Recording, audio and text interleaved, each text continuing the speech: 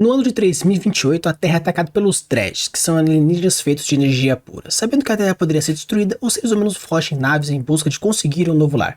Santander, pilotando a nave Titã, a última esperança do planeta, foge e desaparece nas estrelas. Seu filho Kalo, junto com o anel deixado por seu pai, precisa encontrar a nave para trazer de volta a esperança para a raça humana. Quer saber por que eu acho que você deve sim assistir Titã AE, uma animação da Disney? Então sim, bora!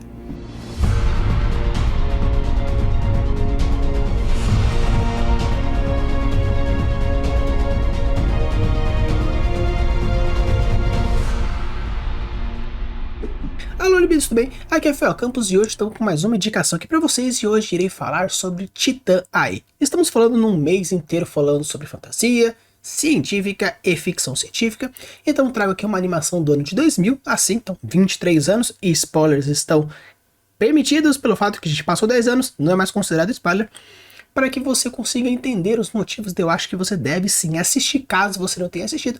E se você já assistiu, rever, porque vale muito a pena utilizando os conceitos novos que você já aprendeu aqui no canal e outros pontos interessantes que acho que deveria dar essa oportunidade ou essa segunda chance, caso você já tenha assistido, beleza? Então, bora lá conversar sobre Titã AE e por que sim, você deve assistir essa animação.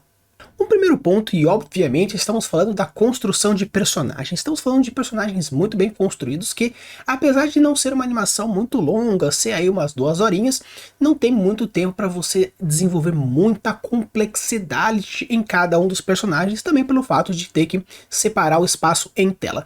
Porém, o pouco que é mostrado é desenvolvido de uma maneira bem legal, todos os personagens têm bastante camadas, obviamente o protagonista, a protagonista e os antagonistas são mais bem desenvolvidos porque são aqueles que movem a plot. Porém, todos os outros, seja eles um pouco mais coadjuvantes ou simplesmente algo que seja mais como uma escada, são trabalhados também com muita primazia, com que você consegue identificar tanto os detalhamentos com outras características interessantes. O legal dessa caracterização dos personagens é que você percebe que não apenas é uma personalidade, mas sim uma estrutura narrativa interessante. Uma estrutura narrativa baseada nos personagens é bem legal de abordar nesse ponto, principalmente porque personagens que são trabalhados com uma narrativa um pouco mais bem desenvolvida, você percebe que existe diversas nuances na forma de falar, no seu background, na sua caracterização, então você consegue sentir e saber o que está falando, quem está falando, por que está falando, porque ele é bem caracterizado. Então, se a gente for abordando um pouquinho de cada um dos personagens principais que estão dentro da nave que segue o caminho pós a aniquilação da Terra, a gente começa como, por exemplo, o Kaylee. O Kaylee, que ele é o nosso protagonista, você percebe que ele existe uma construção de personagens bem interessante, onde o arco de personagem dele é bem característico, onde nós temos basicamente uma jornada do herói, onde você tem o protagonista, que sai da zona de conforto, tem sim o seu mentor, tem aquela pessoa que tem um incentivo para que consiga fazer alguma coisa, existe aquela recusa primária, até que vai indo, até que passa do limite, passa do limiar, e com isso começa uma aventura fantástica, até que chega no seu receptáculo, recebe o prêmio final e volta para casa com o prêmio do herói. Então é interessante que você percebe sim uma jornada do herói clara, bem clássica, mas você percebe que existem motivações para todos os aspectos de problemáticas da jornada do herói. O motivo dele querer ir, o motivo dele não querer ir, o motivo de recuso, o motivo de querer ficar e outros pontos que vão trabalhando dentro desse princípio. O interessante é que tem uma outra protagonista que é a Kima, que tem basicamente 2 grandes papéis narrativos, tanto a humanização do nosso personagem quanto também no quesito amoroso. Porém, quando a gente faz o quesito da Disney, é interessante ter normalmente aqueles que a gente chama de príncipe e princesa, então você percebe que existe esse papel. Porém, ela não é simplesmente uma princesa, ela tem todo um papel narrativo de humanizar, como eu já falei, o nosso protagonista, pelo fato de ter aquela primeira recusa para com a sua missão, e ela tem esse papel de fazer essa caída na real, e também dar esse reforço no quesito da progressão do nosso herói. Seguindo aqui dentro da nave, você também percebe, por exemplo, o Guni, que ele é o cientista, e é bem interessante nisso, porque como todos os personagens possuem uma função, ele possui diversas funções narrativas, principalmente de Sherlock, quando a gente chama de Sherlock Watson, que é explicar o world building pra gente. Estamos falando do ano de 3000, então já é um futuro aí com mais de 100 anos, então é interessante vocês perceberem que na verdade é um futuro de mais de 1000 anos, então é um futuro realmente muito pós, com alienígenas, tecnologias diversas, onde tem obviamente diversos elementos galácticos e cientistas e tudo mais, então a função dele é explicar o universo pra gente, o mundo, como funciona de uma maneira geral. E obviamente de maneira bem mais fluida, bem engraçada, é um personagem bem caricato, porém bem característico, e é bem legal você ver o desenvolvimento desse personagem, no cientista. A gente também tem, por exemplo, a Stick, né, que ela é a nossa armeira, e é interessante porque apesar dela não ser uma personagem muito cheia de camadas, você percebe que ela tem umas nuances de construção bem legais. Essas nuances você percebe tanto como uma forma de complexidade narrativa e de arco de personagem. Muitas vezes, quando a gente está começando a escrever, a gente define um personagem com uma ou duas características e assim você vai mantendo essa coerência. É interessante manter essa coerência, essa coesão dentro de personagens para que você consiga entender o personagem da melhor maneira, porém, personagens quando são mais, vamos dizer assim, humanizados, eles precisam ter nuances. Não é só porque você fala que o tal personagem ele é determinado, que ele é determinado a todo momento, a toda hora, não existe nenhuma queda, não existe nenhuma redenção. Então é interessante você construir essas, vamos dizer assim, nuances positivas e negativas. Então ela possui o lado dela mais selvagem, o lado dela um pouco mais materno, e isso vai migrando para lá e para cá. Obviamente a sua personalidade base é algo mais agressivo, é algo um pouco mais direto, ela é uma armeira, então ela tem como função conhecimento e utilização de armas, então ela precisa ser uma mulher mais forte nesse quesito, mas você percebe que ela tem outros pequenos detalhezinhos, como uma empatia aqui, um carinho ali, alguma tristeza a colar. Então você percebe que existe essas nuances, apesar de não aparecer tanto, existe essa caracterização interessante dentro dessa personagem. Nós temos o Predex. Eu não consegui definitivamente definir qual que é a função dele dentro da nave, acredito que seja como primeiro imediato, mas não tem uma caracterização do tipo, ele faz X ou Y, mas como ele está diretamente ligado com o capitão, não meio que faz ordem, desfaz, porém ele tem essa mais ar carismático, então eu acredito que ele seja mais como um segundo imediato, né? Um primeiro imediato propriamente dito, um segundo no comando. E é interessante porque esse personagem você percebe que ele possui um monte de camadas. Algo como uma personalidade mais assim, mais assado, que vai se demonstrando no decorrer da nossa narrativa, que ele tem algumas coisinhas, porque como ele é muito da lábia, como ele é muito boa pinta, como ele é um muito mais da bonança, você sente que tem alguma coisa e acontece toda uma reviravolta para com esse personagem, e com isso você percebe algumas coisas interessantes que vão surgindo a partir daí. E obviamente o Corso, né, que é o capitão dessa nave, e você percebe que ele tem diversos pontos que são interessantes. O primeiro, o fato de ser meio que aquele que busca o nosso herói para conseguir ir encontrar a nave Titã, e é interessante porque você tem aquele estereótipo do ex-militar, porque sim, ele é um ex-militar, e você percebe que existe duas formas diferentes de abordar o mesmo ponto. No caso, assim, por exemplo, começa com a construção de que o mundo foi destruído e a raça humana precisa ser salva, precisa ser resgatada de alguma forma, precisa encontrar essa nave. Então o Corso, ele é esse personagem que traz essa esperança, traz esse propósito. E de um outro lado nós temos o Keilo, que é o nosso protagonista, que não anseia isso, que não deseja isso. Porém acontece uma reviravolta na história e eles trocam de papéis, onde um antes não queria esperança e agora tem, e o outro que mostrava que tem esperança e na verdade não tem. Então você percebe essa mudança de papéis, e é interessante esse contraste, porque um antagonista não necessariamente ele é um vilão. O antagonista é aquele personagem que faz de tudo para resolver as suas vontades e com isso pode atrapalhar as vontades do outro personagem. E onde nós estamos pegando aqui o nosso protagonista, ele é um personagem que segue a história, nós estamos seguindo a história do Keio, então ele é o protagonista. O antagonista são qualquer outros personagens que vão fazer de tudo para que o objetivo do nosso protagonista não seja confirmado. Então é interessante porque a construção de personagens, como eu falei para vocês, não é algo que é muito complexo pelo fato de ser bastante personagem, mas você vê o carinho e o trabalho em cada um deles, onde tem os seus arcos pessoais, as suas definições, as suas personalidades, as suas funções narrativas, todos eles, ou uma função narrativa literal, onde você percebe que existe essa função muito clara como um personagem, um coadjuvante, um mentor, uma escada, ou às vezes um personagem que tem uma função um pouco mais ou narrativista, não da plot, mas sim do ambiente, do cenário, onde tem uma função X, que a partir dessa função X você consegue entender outras coisas interessantes. Outra coisa que eu acho bem legal e que vale a pena de trabalhar bastante é o naming.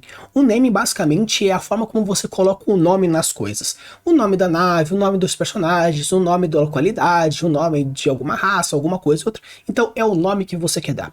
É interessante porque o nome muitas vezes traz umas referências muito interessantes. Obviamente, quando nós somos seres humanos e nossos pais dão o nosso nome pra gente, às vezes pode acontecer de calhar, de você ter um significado do seu nome que talvez bata algum tipo assim ou assado para a sua personalidade, para algum gosto específico. Porém, dentro dos personagens, dentro de uma história, muitas vezes os escritores, os mestres, as pessoas que constroem universos, eles colocam nomes que fazem referência diretamente a alguma coisa. Seja um apelido, seja um nome realmente, por quê? Porque o nome traz essa ideia, traz essa aura interessante. E quando a gente começa, por exemplo, logo no título com Titã AE. Esse AE vem do inglês After Earth, que mostra que acontece realmente a história após a destruição da Terra, o After que vem depois e o Earth do planeta Terra. Então já começa com esse Titã AE mostrando que nós temos o antes de Cristo, o depois de Cristo, e no caso da história atual, nós temos o depois da Terra. Então existem dois grandes marcos para o nosso calendário: o calendário antes de Cristo, depois de Cristo, e depois o ponto zero, que é a criação do novo planeta Terra, que é o AI. Então é interessante que você percebe que não apenas como uma nomificação, onde você já traz uma ideia de premissa, de tom, de timbre de história, obviamente também trazendo um quesito mais de construção de universo, um world building mais para o sci-fi, para uma ficção científica, para uma fantasia científica, mas também traz essa proposta de cultura e sociedade, utilizando duas letrinhas que, mesmo não seja alguma coisa muito forte, muito claro, você percebe no decorrer da história. Como eu falei para vocês, existe o iceberg, a teoria do iceberg, que mostra que existe culturas, sociedades, narrativas que você joga na sua surface, ou seja, mostra mais fácil, ou na deepface, que é o lado mais para baixo, onde você tem mais dificuldade em encontrar elementos. Então esse calendário bem sutil fica na deepface, porém quando os personagens, quando os protagonistas, quando os leitores, quando alguém, seja qualquer um, descobre a relação dos nomes, nesse ponto fica muito mais legal. Outro ponto interessante no name que eu acho bem legal é a Colônia dos Errantes. A Colônia dos Errantes basicamente é a localidade onde os humanos atualmente se concentram. Se você considerar que errante tem dois significados bem fortes, um como nômade, aquele que não tem um lugar próprio, referenciando claramente que os seres humanos não têm mais planeta e por isso estão lá, é bem legal. Porém, uma outra coisa interessante é que errante também tem um significado, que é o vagabundo, aquele que erra, aquele que tem muito tempo vago, né, o multivago. É interessante porque como os humanos possuem essa ideia de que antes era uma raça, sei lá, superior dentro da sua cabeça, agora sofrem preconceitos por não ter planeta e por ter outras raças de aliens, é interessante porque da mesma forma que é errante como nômade de não ter uma localidade, também é errante como um vagabundo, um qualquer outra coisa, um escravo, como as outras raças veem eles. Então da mesma forma que você consegue trazer essa conotação mais literal de não ter planeta, também essa conotação um pouco mais abstrata, por ter esse segundo significado que traz esse princípio de preconceito que eles sofrem das outras raças, das outras pessoas em relação a eles. Então simplesmente um nome clássico, típico, que poderia ser realmente dado por eles mesmos, pelos próprios humanos, ou até mesmo nome que é dado por outras raças, outras regiões, para essa galera, por ter essa duplo significado e assim trabalhar de duas formas possíveis em cima dessa classificação. Outro ponto interessante do nome, que eu achei isso muito legal, é o nome da própria nave, que é a nave Titã. Os titãs, para a galera que gosta de mitologia grega, sabe que são criaturas gigantescas, poderosas, que lutaram contra os deuses na titanomaquia. E o que é interessante é que acontece, os dreads, considerando essas raça alienígena energética, poderia ser representado como, por exemplo, Zeus, que tem essa relação com os raios, destruição e todo um caos e tudo mais. E de alguma certa forma os dreads não querem que os seres humanos cresçam e se desenvolvam, por isso que essa nave que tinha um poder bélico, destrutivo, que na verdade tem uma outra habilidade, os Dreads com esse medo decidiu destruir. Então existe essa analogia entre os titãs e os deuses, onde os deuses seriam os Dreads e o titã seria a nave. Outra coisa interessante é que um desses titãs que é possível é o Atlas. O Atlas é o titã que, depois de perder a guerra, teve como uma punição levar o planeta nas costas. E a habilidade da nave titã é o quê? Terraformação. Ou seja, essa nave tem a responsabilidade de construir um novo planeta, ou seja, tem um planeta nas suas costas. Então é interessante porque o nome escolhido para a nave Titã tem tanto uma relação meio que sombria, relacionando essa questão dos titãs com essa guerra contra os deuses, os Dreads e tudo mais na titanomaquia, mas também essa analogia com o titã Atlas, que tem como a função de carregar o planeta nas costas, e no caso, a nave Titã tem a responsabilidade, o peso de levar o planeta nas costas, porque ele que vai trazer a vida novamente. E para fechar o name, que eu achei isso bem legal, uma sacadinha bem suave, porém faz toda a diferença. O Kaylee, ele é um personagem, nosso protagonista, ele é um personagem bem satírico, ele gosta de fazer piadocas a qualquer momento, e na hora que o planeta Terra está sendo construído pela segunda vez, é dado um nome, onde a Kira pergunta pro Kaylee qual seria o nome que ele ia dar, e ele pensa, ele fala, Bob. Ela fala, Bob, não sei o que, você não gosta de nome Bob? Eu pensei como se fosse Terra. Aí ele fala, então você quer que seja agora a nova rainha de Bob, que manda em Bob? Então, acontece de que, como no mundo acadêmico, no mundo científico, tudo aquilo que é descoberto, o descobridor, ou aquele que construiu de alguma forma, ele tem o direito de dar o nome. Então sim, o nome do novo planeta Terra, da New Earth, é Planeta Bob. Por quê? Porque é aquele que construiu, que fez com que acontecesse, escolhesse esse nome.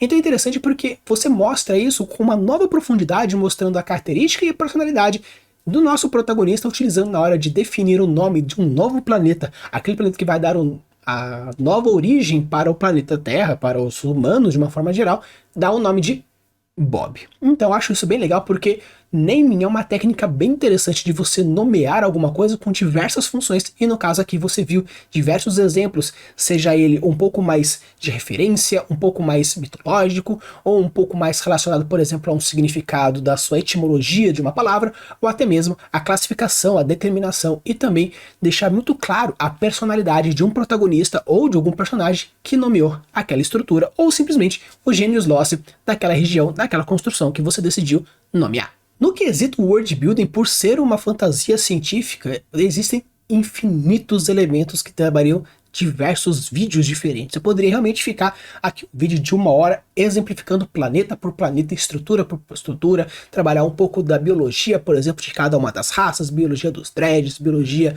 por exemplo, de alguns personagens ou de alguns outros pontos importantes. Mas eu vou pontuar basicamente 2 grandes elementos que eu acho isso bem legal. O primeiro elemento que eu acho bem legal do world building são os próprios Dreads. Os Dreads, eles são personagens que são a materialização de uma energia formando algo mais sólido. E o que é interessante porque a biologia é um tanto complicada de se desenvolver a partir de que eles são criaturas vivas a partir de energia de energia pura de uma forma geral, porém você percebe que diversos elementos da sua constituição, como por exemplo a forma como eles explodem, a forma como eles se movem, a forma como eles utilizam das naves, como eles interagem com as naves, que são feitas talvez do mesmo composto ou de energias diferenciadas, você percebe essa relação diferenciada que existe entre um e outro. E o que é legal é porque existe uma conlangzinha feita para os Dreads. O que é interessante dessa conlang é que você percebe que as sílabas parecem muito um tilintar, parece muito que tem alguma certa interferência, como se realmente fosse a interferência feita dos próprios raios, as próprias energias, fazendo com uma mistureba nos sons silábicos, mostrando essa meio que forma de trabalhar. Como, por exemplo, se você percebe uma mais caracterizado, alguma coisa mais de caricatura, onde répteis, fosse falantes, teriam S mais sibilantes por ter uma língua maior. Aqui no caso eles utilizam essa premissa de ser feito de energia para ter um leve tilintar, uma forma meio que de faísca, uma forma como se fosse um chiado, uma interferência pelo fato de serem energias puras. E um outro ponto interessante que eu acho bem legal de trabalhar aqui são as árvores de hidrogênio que aparecem em um dos planetas. Apareceu simplesmente algo muito rápido dizendo, cuidado porque isso aqui são árvores de hidrogênio.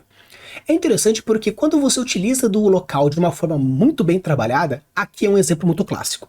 Foi mostrado de uma forma assim bem tel, né, onde um protagonista fala, olha, isso aqui são árvores de hidrogênio, você toca e elas explodem. Perfeito, você já deu uma primeira premissa do que pode acontecer. Porém, a existência dessas plantas, a existência dessa problemática trouxe um conflito diferente, onde nós temos uma perseguição que a utilização dessas plantas tanto para explodir os inimigos quanto para explodir alguns aliados acontece. Então você percebe que a utilização do local de uma forma que não apenas como descrição, mas também uma forma de caracterização do personagem, também utilizou como forma de caracterização do ambiente, de preparo para a ação e também uma forma de intensificar uma narrativa, mostrando uma problemática e assim uma forma de resolver essa problemática.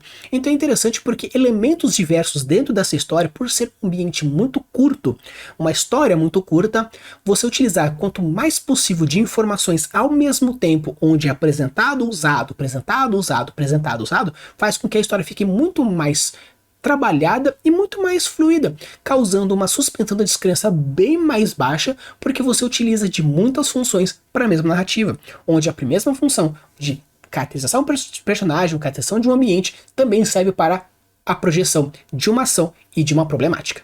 Quando a gente fala sobre plot, também tem diversos elementos muito legais que você pode avaliar quando você está falando aqui de plot, porém um que é bem interessante que eu gostaria já de focar para começar é o foreshadowing. O foreshadowing nada mais é do que você colocar uma sementinha, uma informação que futuramente vai ser bem trabalhada. Existem diversos autores que curtem esse tipo de narrativa e quando você utiliza isso bem feito, causa um elemento bem legal, principalmente de curiosidade no começo e depois da revelação, criando essa ancoragem de uma forma bem mais trabalhada. Então um elemento que é bem trabalhado dentro de foreshadowing na história de Titã é que você percebe, por exemplo, quando o Kira está construindo, meio que consertando uma das máquinas da nave, ele coloca uma sequência de números, 379, alguma coisa assim, e você percebe que o cara, nossa, o que você vai fazer? E depois conserta. Futuramente ele utiliza essa mesma numeração para se identificar, porque ele está numa nave inimiga, então ele identifica. Então você, se você não percebe, você fala, nossa, mas por que esses números foram utilizados? Porque ele usou antes. Então ele, rapaz, fez esse foreshadowing, caracterizou essa informação.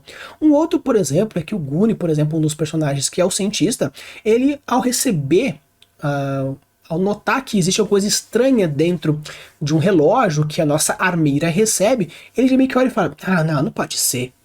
Ele já traz alguma informação dizendo que aquilo pode ser ruim. Então quando acontece de explodir aquele objeto, ele já rapidamente tem uma reação de jogar fora. Ou seja, você percebe que eles trabalham algumas informações que são colocadas importantes para que isso aconteça. Ou até mesmo a forma que fala sobre o foreshadowing, de que você nunca pode derrotar, o Corso faz um desabafo dizendo você nunca tem como derrotar os Dredges, eles são energia pura. Aí o Kilo, lembrando disso, ele percebe que existe uma forma interessante de utilizar essa energia dos Dredges para poder ativar a máquina Titã.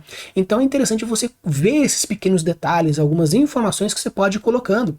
Um outro ponto legal é que, por exemplo, a utilização de algo como, por exemplo, a localização da nave que você precisa para fazer uma terraformação, você precisa de água. Então, colocar a nave naquele local onde ele foi encontrado é bem legal, porque existe toda uma explicação, tanto no quesito do foreshadowing de por que colocar ali, quanto no quesito de problemática. Um outro ponto interessante é o Show Don't Tell. O Show Don't Tell é muito legal porque eu já trouxe para vocês um pouquinho sobre ele, mas basicamente é você mostrar coisas sem explicitar tão claramente. Claro que existem algumas formas interessantes de você fazer o tell, como é o mais clássico do Sherlock Watson, onde existe algum especialista que explica para uma outra pessoa e essa outra pessoa seria a agente que está recebendo essa informação.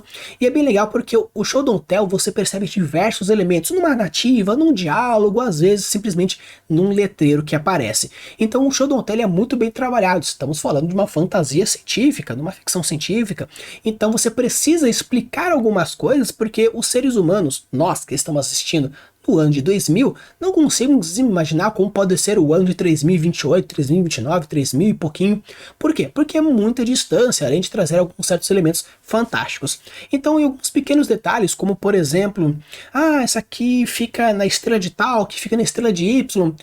E o cara fala, mas isso aqui fica a tantos, sei lá o que, de distância. A gente não sabe necessariamente quanto é isso e não faz tanta diferença. Porém, pelo formato que ele fala, pela intensidade que ele fala, imagina-se que é longe pra caramba. Então você já pega um detalhe que essa margem de distância é algo muito longe, referenciando essa coisa.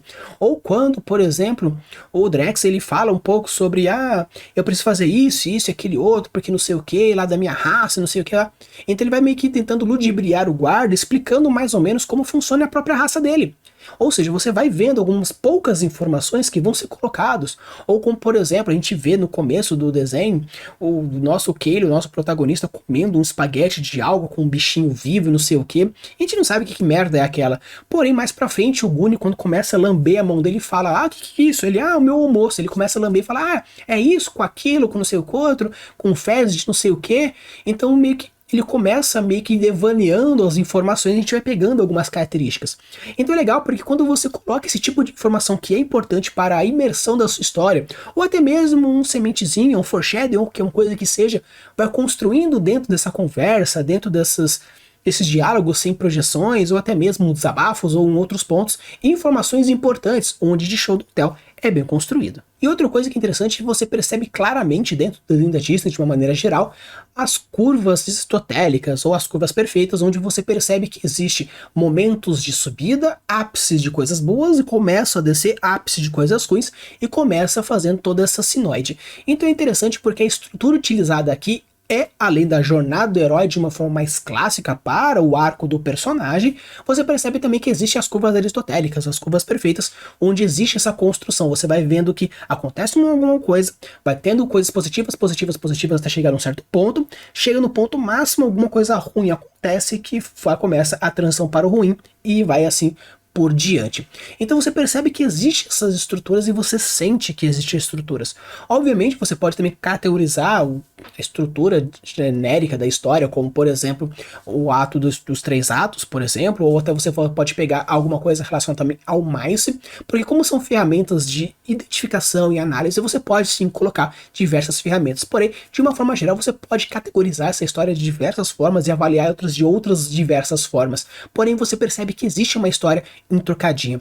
E um ponto interessante que foge um pouco da narrativa, dos personagens, dos plots e outras coisas do world building, são alguns pequenos detalhes interessantes, como por exemplo, você pega uma narrativa onde realmente as pessoas podem morrer, apesar de não ser uma coisa muito bem trabalhada nisso, você percebe numa cena simples, onde o Corso, que é o nosso antagonista, ele quebra o pescoço de um personagem. Literal, ele vai lá e quebra o pescoço e joga, e a pessoa vai tombando na escada até o final. Toma um tiro, o sangue aparece, algo que hoje em dia já é um tanto mais complicado de fazer, até mesmo teve algumas transições. Durante esse período do ano de 2000 foi um tanto complicado em alguns momentos, porém foi interessante, onde você percebe que apesar de ser uma animação, é um tanto um pouco mais adulta por alguns assuntos que são trabalhados aí, porém são mascarados de uma certa forma, ou até mesmo no pescoço, uma quebrada de pescoço, não existe uma decapitação, por exemplo, mas é uma coisa um pouco mais suave, porém você adulto percebe que houve realmente uma morte de quebra de pescoço, e tiros, que apesar de ter tiros de laser que atravessam e muitas vezes não acontece nada,